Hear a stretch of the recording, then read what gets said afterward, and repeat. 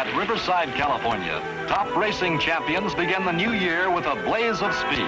Drivers from 3 representative fields of American auto racing prepare for a 500-mile duel on this 2 7/10-mile twisting, winding nightmare of a race course. In only his 3rd NASCAR start, legendary Formula One star Dan Gurney started 11th in NASCAR's first 500-mile road course race, the Riverside 500, and at a track he was more familiar with than any other driver on the grid. The balloons go up. Now it begins. 185 laps, 500 miles, 1,480 turns to make, and only one man can win. Richard Petty wouldn't be that man that day. The King was driving with an experimental automatic transmission that failed and knocked him out just 27 laps in. At the start-finish line, officials, timers, and scorers settle down for a long afternoon. Fatigue took its toll on the drivers over the course of the 6-hour event.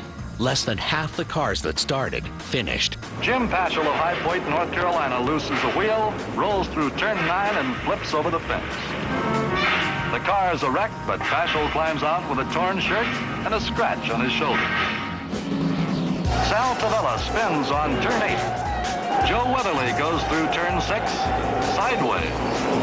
Fred Lorenzen on turn 8. Carl Joyner and Danny Letner leave the race abruptly. Marshall Sargent skids and ends the race on top of the hay bales on turn 6. Dan Gurney takes the lead from Fred Lorenzen. Gurney was trading leads throughout the first 100 laps, but took the lead for good from Fireball Roberts on the next lap. Gurney pulls in for his last pit stop. Except for 3 drivers, all competition has been removed. The closest contenders are A.J. Foyt, Troy Ruttman, Fireball Roberts.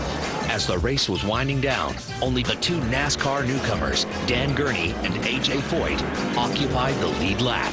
Now begins one of the strangest finish line stories in racing history.